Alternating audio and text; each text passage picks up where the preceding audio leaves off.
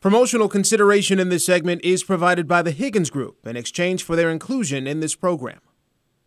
So a man who got blinded by a foul ball at a Cubs game is now suing Major League Baseball and the Chicago Cubs. So we are joined this morning by Jim Higgins of the Higgins Firm, who explains why he thinks this fan is going to lose the case. Right. Kind of like the old Cubs used to lose everything. I think this guy's going to be the same There's a lot of Cubs fans out there. That's true.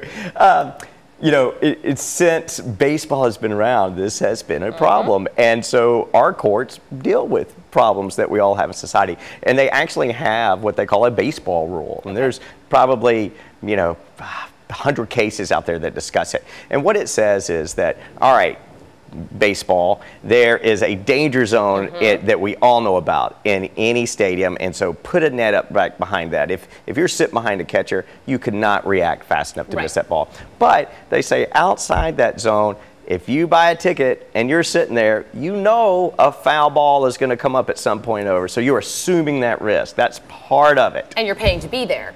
That's right. Now, a lot of people with those areas bring gloves with them. This person obviously maybe either not paying attention or just very literally blindsided by this ball. Yeah. Is expanding those nets something you think the Major League Baseball has to really look at now that we've kind of come into this world of I sue you for just about anything? Well, that I don't think I think they know if they go to court, they would win it. Okay. Because I think, and also if you ever go to a baseball game, if you look on the back of your ticket, it says, hey, you're assuming the risk. There's balls coming around, pay attention.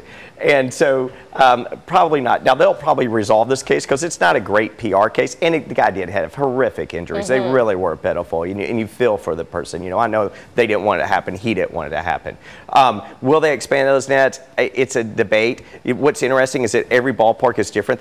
They take that zone out differently. So there might be a Major League Baseball uniform saying, all right, let's go at least this far out to make it a little more uniform. Or the whole way out. I really don't think those nets block a whole lot of view. All right, Jim Higgins, thank you so much for joining us to explain a little bit more about this case. And Fox 17 continues on our hometown tour here on Fox 17 this morning.